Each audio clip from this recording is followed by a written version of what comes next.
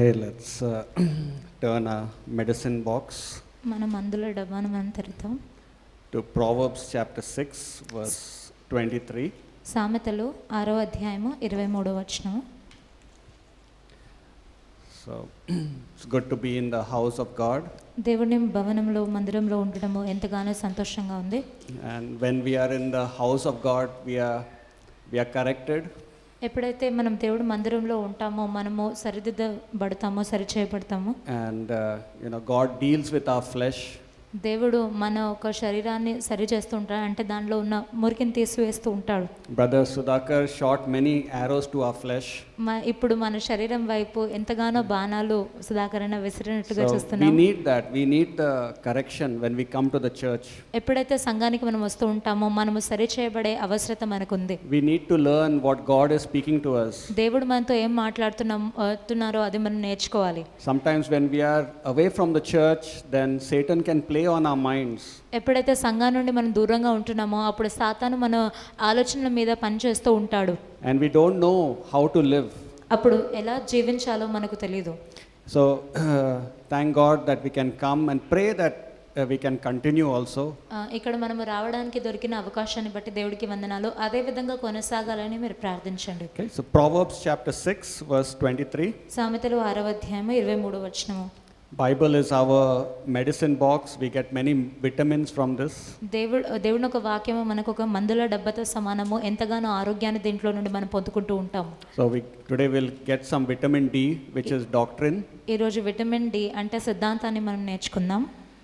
Here it says in verse 23, for the commandment is a lamp and the law is light, and reproofs of instructions are the way of life. Here remember, God is saying my commandment is a lamp.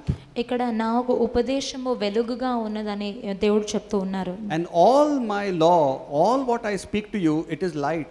క్షమించండి, నా దేవుని ఒక ఆజ్ఞలు మనకు దీపంగా ఉంది, అదే విధంగా ఆయన ఉపదేశము మనకు వెలుగుగా ఉంది. Right? And whenever you are corrected, you will be in the way of life. ఎప్పుడైతే మనము సరిచేయబడతామో అప్పుడు వెలుగు మార్గంలో మనం నడుస్తూ ఉంటాం. So what is the commandment? ఈ యొక్క ఆజ్ఞ అనగా ఏంటి? It is a lamp. ఆజ్ఞ అంటే దీపము, And the law of God is a light. దేవుని ఒక ఉపదేశము వెలుగు.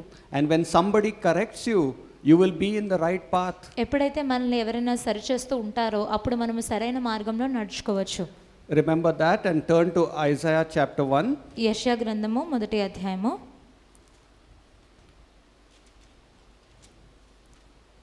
And verses 2 and 3. 2-3 వచనాలు చూద్దాం. Prophet Isaiah chapter 1 యెషయా గ్రంథము verse 2 and 3. 1వ అధ్యాయము 2-3 వచనాలు.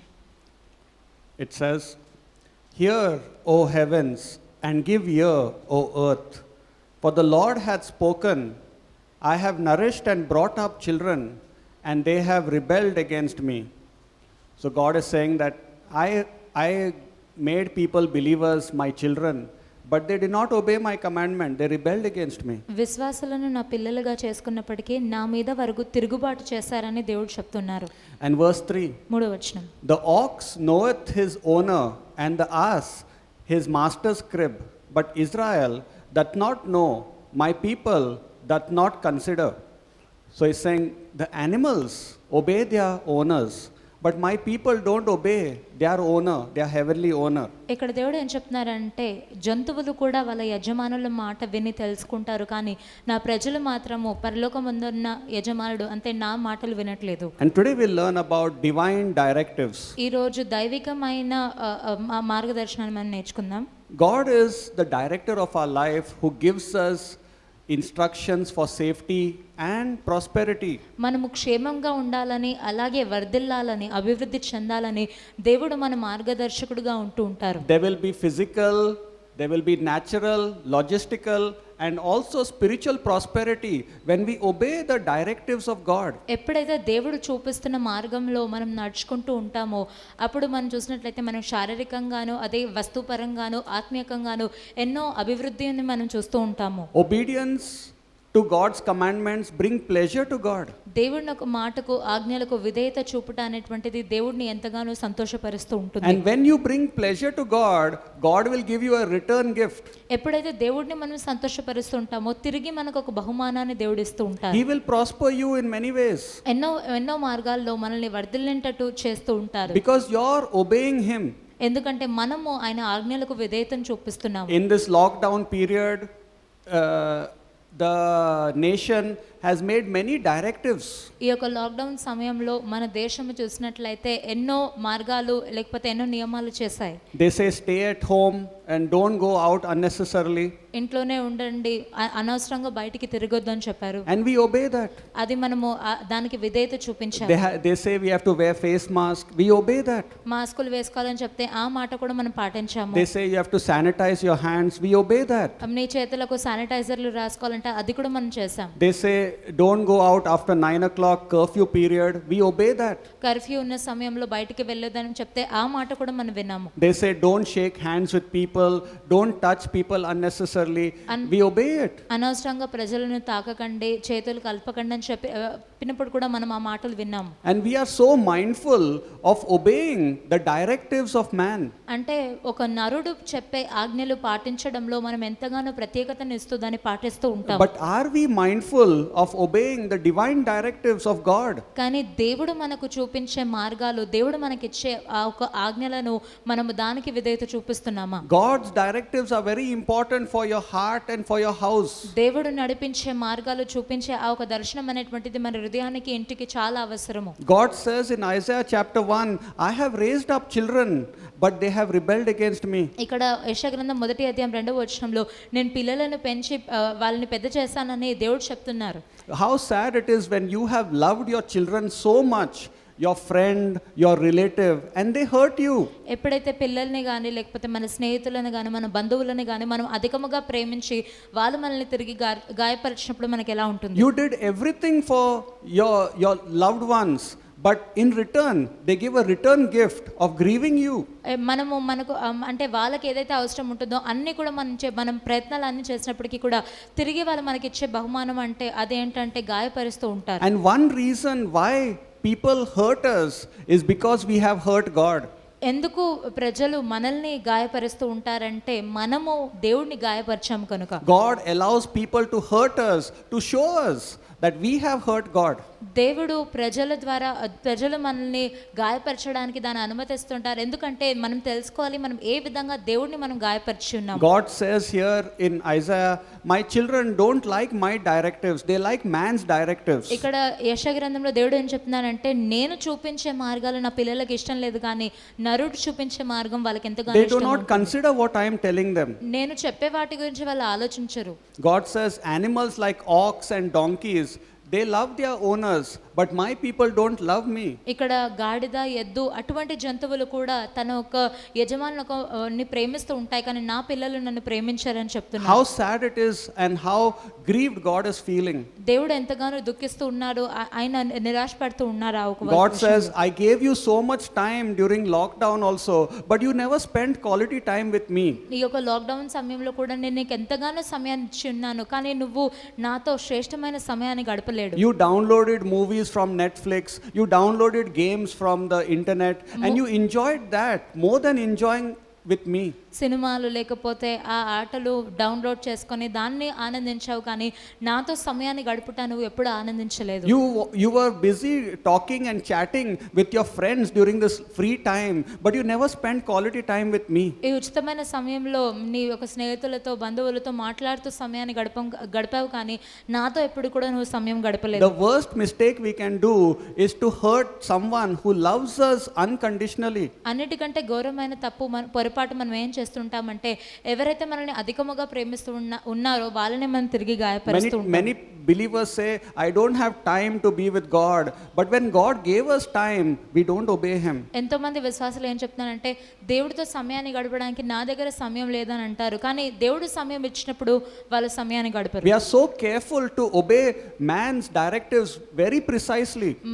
మనుషులు లేకపోతే నరుడు చెప్పే ఆ ఒక ఆజ్ఞను పాటించడంలో ఎంతగానో దానికి ప్రాముఖ్యత ఇస్తూ పాటిస్తూ ఉంటాం. Why do we obey man's directives so carefully? ఎందుకు ఇంత ఖచ్చితంగా ఒక మనిషి చెప్పే మార్గాలు లేకపోతే నియమాలు మనం పాటిస్తూ Because ఉంటాం? we give man more authority and power over our lives than God. ఎందుకంటే దేవుడి కన్నా మించి ఆ ఒక అధికారాన్ని లేకపోతే ఆ ఒక అనుమతిని మనం నరుడికి ఇస్తూ ఉంటాము. We should obey these things. I'm not saying we should not do these things, ఈ యొక్క- but are we also obeying God?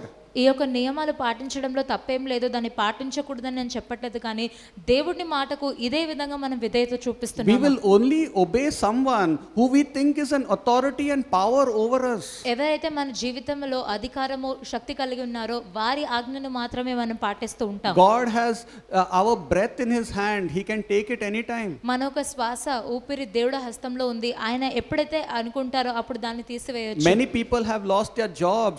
Many people have lost their loved ones during this 3 months. ఈ యొక్క లాక్డౌన్ సమయంలో ఎంతో మంది వాళ్ళ ఉద్యోగాలు కోల్పోయారు, ఎంతో మంది వాళ్ళ ప్రియులను కోల్పోయారు. Many people have got into many problems and many distress. ఎంతగానో నిరాశ కల్పించి కలవరపడే పరిస్థితుల్లో వాళ్ళు పాల్గొన్నారు. God becomes our enemy when we are disobeying to him. ఎప్పుడైతే ఆయన మాటకు అవిధేయత చూపిస్తున్నామో అప్పుడు దేవుడు మనకు శత్రుగా మారిపోతూ ఉంటారు. So rebellion against God's commandment is because we are familiar or ignoring his authority over our life. దేవుడు మాటకు మనం తిరుగుబాటు ఎందుకు చేస్తూ ఉంటామంటే ఆయన ఏదైతే అధికారం కలిగి ఉన్నారో ఆయన మాటలకు మనం చాలా చులకన భావాన్ని కలిగి ఉంటాము కాబట్టి ఆ విధంగా ఉంటాము. So people rebel because they don't consider God as the authority and power over their lives. ప్రజలు ఎందుకు తిరుగుబాటు చేస్తుంటారంటే దేవుడిని వాళ్ళ జీవితంలో ఒక అధికారిగా ఒక శక్తివంతమైన వ్యక్తిగా చూడరు. So in order to be a good obedient child of God, we must program our mind to say, God is my authority. God has power over my life. దేవుడి ఎదుట ఒక విధేయత చూపించే పిల్లలుగా మనం ఉండాలంటే దేవుడే నా జీవితంలో అధికారి అని శక్తి గలవాడని మనము ఈ విధంగా ఆలోచించాలి. Only then we will have the fear of God. అప్పుడు మాత్రమే దేవుడి ఎడల భయభక్తి మనం కలిగి ఉంటాం. The reason we obey man's authority is because man can take away our things. ఎందుకు మనము నరుడు చెప్పే ఆజ్ఞలు చాలా ఖచ్చితంగా పాటిస్తుంటామంటే మన దగ్గర ఉన్న వస్తువులు వాళ్ళు తీసుకుంటారు They కాబట్టి. can give us a huge fine for not wearing mask. ఆ మాస్క్ వేయక ఉన్నందుకు మనకు భారీ ఫైన్ వాళ్ళు పెట్టొచ్చు. They can take away our vehicles. They can even put us in prison. మన బండి తీసుకోవచ్చు, మనల్ని జైల్లో కూడా వేయొచ్చు. If we even break the curfew, they can even hit us. కర్ఫ్యూకి అంటే ఆ సమయంలో మనం బయట తిరిగినప్పుడు వాళ్ళు మనపై దాడి కూడా చేయొచ్చు. And the reason we fear man is because we don't want that shame. We don't want that consequences. ఎందుకు మనం మనుషులు చెప్పే మాట ఖచ్చితంగా పాటిస్తుంటామంటే ఆ సిగ్గుపాటు చేసే పరిస్థితి మనకు వద్దు కాబట్టి. But do we fear the consequences of violating God's commandments? కానీ దేవుడు ఆజ్ఞలకు తిరుగుబాటు చేస్తే దాని వల్ల వచ్చే పరిణామాలు ఏంటో దాన్ని బట్టి మనం భయపడుతూ ఉంటామా? God will bring divine chastisement upon us. Do we fear that? దైవికమైన దండనను దేవుడు మనం మీద తీసుకొని వస్తూ ఉంటారు, దాని ఎడల మనం భయం కలిగి ఉన్నామా? God can take away our health. దేవుడు మన ఆరోగ్యాన్ని మన నుండి తీసివేయచ్చు. God can take away our jobs. మనకు ఉద్యోగాలు తీసివేయచ్చు. God can bring problems in the house, in the marriage. ఆ వివాహిక జీవితంలో లేకపోతే ఇంట్లో ఎన్నో కష్టాలు సంభవించవచ్చు. God can destroy our lives by being our enemy. దేవుడు మన శత్రువుగా ఉంటూ మన జీవితాన్ని ఆయన నాశనం చేయొచ్చు. In 1 Corinthians chapter 3 verse 17, God says, if anybody does wrong with their body, I will destroy them. మొదటి కొరింథీయులకు రాసిన పత్రిక 3వ అధ్యాయం 17వ వచనంలో చూసినట్లయితే ఎవరైనా వారి శరీరముతో తప్పుడు క్రియలు చేసినట్లయితే వారి శరీరాన్ని నేను నాశనం చేస్తానని దేవుడు He will చెప్పారు. not destroy us in hell, but on earth things will go bad for us. ఆయన మనల్ని నరకంలో పంపి అక్కడ నాశనం చేయరు, కానీ మన భూమి మీద ఉండేటప్పుడు మనకి ఎన్నో నాశన పరిస్థితులు We will not తీసుకొస్తారు. have peace of mind. మనము సమాధానంతో కలిగిన మనసు ఉండదు. We will not have people helping us. ప్రజలు సహాయం చేయటం మనం చూడము. We will not have joy and happiness in the long run. ఆనందము సంతోషము తాత్కాలికంగా ఉంటుంది కానీ సర్వకాలం ఉండదు. God says, if you do problems with your body, which is my temple, I will myself destroy you. నా ఆలయమైన నీ యొక్క దేహముతో నువ్వు తప్పు క్రియలు చేసిన ఎడల నేనే దాన్ని నాశనం చేస్తానని దేవుడు చెప్పారు. And we must be very careful to obey God's directives. అందుకే దేవుడు చెప్పే మార్గాలు నియమాలు పాటించడంలో మనం చాలా జాగ్రత్తలు చూపించాలి. The very first scene in the Bible is God giving divine directives to man. మనము బైబిల్ గ్రంథంలో జరిగే మొదటి సంఘటన చూస్తున్నాము. దేవుడు మనుషులకు ఆజ్ఞనిస్తున్నారు. God is telling Adam and Eve, obey my commandments and you will live. ఆదాము అవ్వకు దేవుడు ఏం చెప్తున్నానంటే నువ్వు నా ఆజ్ఞను పాటిస్తే గనుక మీరు In జీవిస్తారని. Proverbs chapter 4 verse 4, God says, obey me and live. సామెతలకు రాసిన ఆ ఒక గ్రంథంలో 4వ అధ్యాయం 4వ వచనంలో నా ఆజ్ఞని మీరు పాటిస్తే మీరు జీవిస్తారని చెప్పారు. But we don't want to obey his commandments. కానీ ఆయన ఒక ఆజ్ఞలు పాటించడము మనకి ఇష్టం ఉండదు. And that's why many problems come in the houses and there is no peace in the house of believers. అందుకే విశ్వాసాల గృహాల్లో చూసినట్లయితే సమాధానం ఉండదు, ఎంతగానో కష్టాలు సంభవిస్తూ ఉంటాయి. Many people they say, I have things but there is no peace. ఎంతో మంది చెప్తూ ఉంటారు నా దగ్గర అన్ని వస్తువులు ఉన్నాయి కానీ సమాధానం లేదు, There is no unity ఐక్యత లేదు, and there is vexation, there is disturbance in the soul. విసుగు చెందుతూ ఉంటాము, మనం కలవరపడుతూ ఉంటాము. Because they did not care to obey the directives of God. ఎందుకంటే దేవుడు వాళ్ళకు చూపిస్తున్న మార్గంలో నడుచుకోవడము వాళ్ళు దాని గురించి ఆలోచించలేదు. God says, pray every day without ceasing, but I don't like to pray. ప్రతిరోజు ఎడతెగక ప్రార్థించమని దేవుడు చెప్తూ ఉంటే అది నాకు ఇష్టం ఉండదు. Come to me with your burden. That is a commandment. But we go to people, we tell people our problems. నీ యొక్క భారం అంతా తీసుకొచ్చి నా మీద మోపంటే ఆ ఒక భారాన్ని మనం ప్రజలపైన తీసుకువెళ్తూ ఉంటాం. God says, don't fear anything in your life, but we feel insecure. మనము ఏ విషయం అందు కూడా మీరు భయపడకని దేవుడు చెప్తూ ఉంటే మనం అభద్రత భావం కలిగి ఉంటాం. We worry, instead of obeying the commandment of prayer, we obey what people are telling us. ప్రార్థన అనే ఆజ్ఞను పాటించకుండా ప్రజలు మనకి చెప్పే ఆజ్ఞలు చూపించే మార్గాలు పాటిస్తూ ఉంటాం. God says, love your enemies, do good to them, but we say, I don't like that enemy. నీ శత్రువులను కూడా నువ్వు ప్రేమించి వాళ్ళకి మంచి చేయాలంటే ఆ ఒక శత్రువుని నేను ఇష్టపడట్లేదని చెప్తారు. I hate that person, I cannot forgive him. ఆ ఒక వ్యక్తిని నేను క్షమించలేను, నేను అతన్ని ద్వేషిస్తూ ఉన్నాను. God says, let your light shine, but I don't want to shine, I want my mobile to shine. నీ యొక్క వెలుగు, నీలో ఉన్న వెలుగు ప్రకాశించాలని దేవుడు చెప్తే నేను వెలుగను కానీ నాలో ఉన్న జ్యోతిని వెలిగించను కానీ నా ఒక మొబైల్ ఖచ్చితంగా వెలుగునివ్వాలి. I will show people what my mobile is showing me. నా మొబైల్ నాకు చూపించే క్రియలు నేను ప్రజలకు Come చూపిస్తాను. sit next to me, see what I have downloaded. ఇక్కడ నా పక్కన వచ్చి కూర్చొని నేను డౌన్లోడ్ చేసిందని నేను చూపిస్తాను. And they will forward all their downloads to people that are very entertaining. అంటే మన శరీరాన్ని సంతోషపరిచే అటువంటి క్రియలను వాళ్ళు డౌన్లోడ్ చేసి వాళ్ళకి పంపిస్తూ ఉంటారు. God says, store my word in your heart and you will not sin, but we store many things in our mobile. మన ఒక హృదయంలో దేవుని ఒక వాక్యాన్ని మనం భద్రపరచుకున్నట్లయితే పాపం చేయమని దేవుడు చెప్తారు, కానీ మన మొబైల్లో చాలా స్టోర్ చేసుకొని God పెట్టుకుంటాం. says, give up your bad habits, put away the worldly idols that you have, but we enjoy with them. తప్పుడు అలవాట్లు మానివేసి ఈ లోకపరమైన ఆ ఒక విగ్రహాలను తీసివేయమని చెప్తే కానీ దాంట్లోనే మనం సంతోషపడుతూ ఉంటాం. God says, be holy, but we don't want to be holy. పవిత్రులుగా ఉండమని దేవుడు చెప్తే అది కూడా మనకి ఇష్టం ఉండదు. We say, this is my age to enjoy, I am young now, when I am old I will be holy. నేను యవ్వన కాలంలో ఉన్నాను, నేను ఆనందించాల్సిన సమయం ఇదే కాబట్టి నేను వృద్ధాప్యంలో ఉన్నప్పుడు పరిశుద్ధంగా If the ఉంటాను. preacher corrects us from the pulpit, we switch off. I don't like to listen to that preacher. ఈ యొక్క పుల్పిట్ నుండి బోధించే వాళ్ళు మనల్ని సరిదిద్దుతున్నప్పుడు మనము వాళ్ళతో పాటు ఆలోచింప చేయం, ఎందుకంటే అది ఆ మాటలు మనకి ఇష్టం ఉండవు. That is their opinion. We have lot of time to enjoy now. అది వాళ్ళ ఉద్దేశము, కానీ నేను ఆనందించాల్సిన సమయం చాలా ఉంది. God says, use your money also for my glory, give your tithes, do wise with your money. But we say, I have lot of expenses, God. మీ యొక్క దశమ భాగం ఇవ్వండి, నీ యొక్క ఆ ఒక ఆర్థిక పరిస్థితుల్లో కూడా నేను మహిమపరచమని చెప్తే మన డబ్బును మన కొరకే మనం ఉపయోగించుకుంటూ But ఉంటాం. we use our money for parties with our friends and buying things which we want. కానీ పార్టీలకు వెళ్ళాలన్నా, స్నేహితుల మీద ఖర్చు పెట్టాలన్నా, ఇష్టమైన వస్తువులు కొనుక్కాలన్నా దాని మీద ఖర్చు పెడుతూ ఉంటాం. And so many ways, believers, all of us, everyone including me, somehow we are breaking the commandments of God and we must stop that. ఎన్నో విధాలుగా మనం అందరము నేను కూడా కలిసి మనము దేవుడు ఆజ్ఞకు తిరుగుబాటు చేస్తున్నాం కాబట్టి దాన్ని మనం ఆపివేయాలి. And so we must do our best to please our God so that he gives a return gift of prospering us. దేవుడిని సంతోషపరచట కొరకు మన ఒక సామర్థ్యతను ప్రతిగా ఎంత అయితే అవుతుందో అంత చేయాలి. అప్పుడు దేవుడు మనకు తిరిగి ఒక బహుమానాన్ని ఇస్తూ ఉంటారు. During this season, lockdown season, we have all understood the importance of obeying the directives. ఈ యొక్క లాక్డౌన్లో మనం అర్థం చేసుకునే విషయం ఏంటంటే ఆ ఒక మార్గాలు ఇవ్వబడిన నియమాలు పాటించడము ఎంత ప్రాముఖ్యమో. And God has been telling us spiritual directives.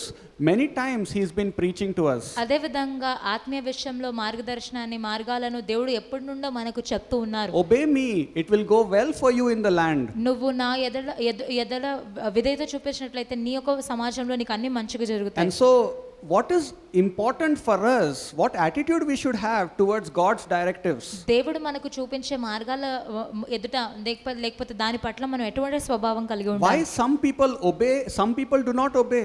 ఎందుకు కొంతమంది దాన్ని పాటిస్తూ ఉంటారు, కొంతమంది పాటించరు? The answer is in Proverbs 6:23. అక్కడ ఈ యొక్క సామెతల అధ్యాయం 6వ అధ్యాయం 23వ వచనంలోనే సమాధానం ఉంది. We must understand the meaning and the value of the commandment. ఆ ఒక ఆజ్ఞను మనం అర్థం చేసుకోవాలి, దానికి ఉన్న విలువను మనం అర్థం చేసుకోవాలి. Here God is saying, my commandment is a lamp for you. అక్కడ నా ఒక ఆజ్ఞ నీకు దీపం అని దేవుడు చెప్తున్నారు. And my word is a light for you. నా ఒక ఉపదేశము నీకు వెలుగు అని చెప్తున్నారు. That means that if I do not obey God's commandment, I will be in the path of darkness. అంటే దేవుడిని ఒక ఆజ్ఞను కనుక ఉపదేశాన్ని కనుక నేను పాటించకుండా ఉన్నట్లయితే నేను అంధకారపు మార్గంలో ఉంటాను. I will be on the wrong road in my life. నేను తప్పుడు మార్గంలో, నా జీవితంలో తప్పుడు మార్గంలో I ఉంటాను. must understand, God is telling me this is a lamp for you to be on the right path. నువ్వు సరైన మార్గంలో ఉండాలంటే ఇదే నీకు దీపం అని దేవుడు చెప్తే దాన్ని మనం అర్థం చేసుకోవాలి. And this must be kept in mind so that I may obey.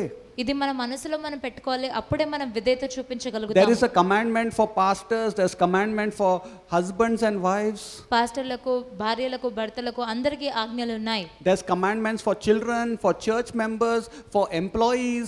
Everything the Bible tells you. పిల్లలకు, అదే విధంగా సంఘ సభ్యులకు, పని చేసే వారికి అందరికీ ఆజ్ఞలు ఉన్నాయి. The reason we disobey is because we don't understand the meaning and the value of commandment. ఎందుకు చాలాసార్లు మనం అవిధేయత చూపిస్తామంటే దానిలో ఉన్న అర్థాన్ని, అదే విధంగా దాంట్లో ఉన్న విలువను మనము అర్థం The చేసుకోవాలి. word of God will keep us on the line.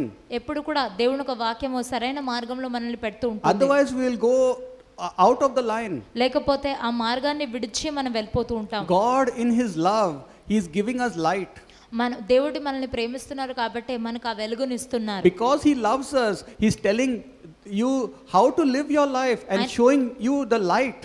ఆయన మనల్ని ప్రేమిస్తున్నారు కాబట్టి వెలుగును మనకు చూపిస్తూ ఏ విధంగా మనం నడుచుకోవాలో అది కూడా చూపిస్తున్నారు. So we must also be filled with the love of God inside of us and thanksgiving to God that He's giving me light. అదే విధంగా దేవుని యొక్క ప్రేమతో మనం కూడా మన హృదయంలో నింపబడి ఆయన ఇస్తున్న వెలుగును బట్టి మనం కృతజ్ఞతాస్తుతులు చెల్లించాలి. Our obedience must be motivated by thanksgiving and love for God who is the God of light. మన విధేయత అనేటువంటిది దేవుడి ఎడల ప్రేమతో అదే విధంగా కృతజ్ఞత భావంతో అది ప్రేరేపించబడాలి. ఎందుకంటే దేవుడు మనకు వెలుగునిస్తున్నారు. Who are we that God should consider us? మనం ఎవరో ఏ పార్టీ వారమై ఉన్నారు, దేవుడు మన గురించి We are ఆలోచిస్తున్నారు. nobody, but our God loves us so much to give us light. మనకు అసలు విలువ లేదు, కానీ దేవుడు మనల్ని ప్రేమిస్తున్నారు కాబట్టి ఇంత అధికమైన వెలుగును ఆయన మనకు And I అందిస్తున్నారు. must respond with love for God who is telling me how to walk. ఏ విధంగా నేను నడవాలో దేవుడు నాకు చెప్తున్నారు కనుక నేను దేవుడి మీద ప్రేమతో ఆయన ఒక ఆజ్ఞలకు నేను స్పందించాలి. Love your father who is the father of light. మన ఒక తండ్రి ఎవరైతే వెలుగుకు తండ్రి అయి ఉన్నాడో అతన్ని మనం ప్రేమించాలి. And He cares for you that you do not fall in a pit in the future. మనము భవిష్యత్తులో ఏ ఒక గుంతలో పడొద్దని ఆయన చింతిస్తున్నాడు మన He గురించి. cares for you in your old age also, that your old age will be blessed. నీ యొక్క వృద్ధాప్యంలో కూడా నువ్వు దీవించబడాలని ఆయన చింతిస్తున్నాడు, ఆలోచన కలిగి ఉన్నాడు. Love obeying your God who is giving you light. మనకు వెలుగునిచ్చే దేవుని పట్ల విధేయత చూపించడము, మనం ప్రేమతో దాన్ని చేయాలి. And when we have this understanding about the commandment of God, then we will like to do it. ఈ విధంగా దేవుడి యొక్క ఆజ్ఞలను మనం ఎప్పుడైతే అర్థం చేసుకుంటామో అప్పుడు దాన్ని పాటించడము, విధేయత చూపించడం మనకు చాలా ఇష్టకరంగా ఉంటుంది. That's why when we don't obey, there is darkness in our soul and our soul is filled with confusion. అందుకే మనము అవిధేయులుగా ఉన్నప్పుడు మన ఒక ప్రాణంలో ఆ ఒక చీకటి అంధకారం అనేటువంటిది మనం చూస్తూ ఉంటాం. And we don't know how to think. We don't get sleep in the night. ఎలా ఆలోచించాలో తెలీదు, మనము రాత్రులు నిద్రలేని రాత్రులు గడుపుతూ ఉంటాం. Because we are not walking in the light, so our soul is filled with darkness and even demons come and trouble us. మనము వెలుగులో నడవట్లేదు కాబట్టి మన ప్రాణం అంతా అంధకారంతో నిండి ఉన్నది. అదే విధంగా దురాత్మలు వచ్చి కూడా మనల్ని విచారానికి గురి చేస్తూ ఉంటారు. Because darkness is of the kingdom of devils. ఎందుకంటే అంధకారం అనేటువంటి దురాత్మల రాజ్యానికి సంబంధించింది. So whenever a person disobeys, demons are attracted like a magnet to that person and destroys that person's life. ఎప్పుడైతే ఒక విశ్వాసి అవైతే చూపిస్తున్నాడో అప్పుడు దురాత్మలు ఆయన వైపు ఆకర్షితులై ఆయన జీవితాన్ని నాశనం చేయాలని చూస్తారు. So the most disturbing chastisement we can receive is darkness in our soul. అన్నిటికంటే మనల్ని కలవరపరిచే దండన మనం ఏం పొందుకుంటామంటే మన ప్రాణంలో అంధకారం. That whenever you come to a decision in your life, you don't know which road to take. ఎప్పుడైతే నిర్ణయం తీసుకోవాల్సిన సమయము మన జీవితంలో వస్తుందో ఏ మార్గం ఎంచుకోవాలని మనకు తెలీదు. Confusion is a chastisement from God. ఒక గందరగోళం అనేటువంటిది ఆ ఒక పరిస్థితి అనేటువంటిది దేవుడు వద్ద నుండి మనకు ఒక దండనగా But ఉంటుంది. when you are at peace, you know how to make decisions in life. కానీ మనలో ఎప్పుడు సమాధానం ఉంటుందో అప్పుడు నిర్ణయాలు ఎలా తీసుకోవాలో మనకు తెలుస్తూ And ఉంటుంది. so let us obey the God of light, అందుకే మనకు వెలుగునిచ్చే దేవుడి పట్ల మనం విధేయులుగా ఉందాం. who gives us wonderful, easy directives. మనకు అద్భుతమైన అదే విధంగా తేలికమైన ఆజ్ఞలు మార్గాలు చూపిస్తూ He's saying, ఉన్నారు. don't struggle. My grace will help you to obey. నువ్వు ప్రయాసపడనక్కలేదు ఎందుకంటే నా కృప నీకు సహాయపడుతుంది కనుక. My Holy Spirit will help you to obey. నా పరిశుద్ధాత్ముడు నీకు విధేయత చూపించడంలో సహాయపడుతూ ఉంటాడు. Just hold my hand, just read the Bible and just do your best. I am there with you to strengthen you. కేవలం నా హస్తాన్ని పట్టుకొని దేవుడు నా ఒక వాక్యాన్ని చదువుకుంటూ నడిస్తే నేను నీకు సహాయం చేస్తూ ఉంటాను. And so let us understand that the church and the Bible will teach you divine directives. అందుకే మనం అర్థం చేసుకోవాలి సంఘము అదే విధంగా దేవుని యొక్క వాక్యము మనకు దైవికమైన మార్గదర్శనాన్ని ఇస్తూ ఉంటాయి. And that will keep you on the straight line and that will give peace for your heart and for your house. అది మనకు సరైన మార్గంలో మనల్ని నడిపిస్తూ మన హృదయానికి మన గృహానికి సమాధానాన్ని కలిగిస్తూ ఉంటాయి. Find whatever God is telling you and obey it correctly. దేవుడు మనకి ఏం చెప్పాలని ఆశిస్తున్నారో దాన్ని మనం కనుగొని దాని పట్ల విధేయులుగా ఉందాం. God's blessing of prosperity will be in your soul, in your logistics, in your house, in your family. అప్పుడు వర్ధిల్లాలనే దేవుని యొక్క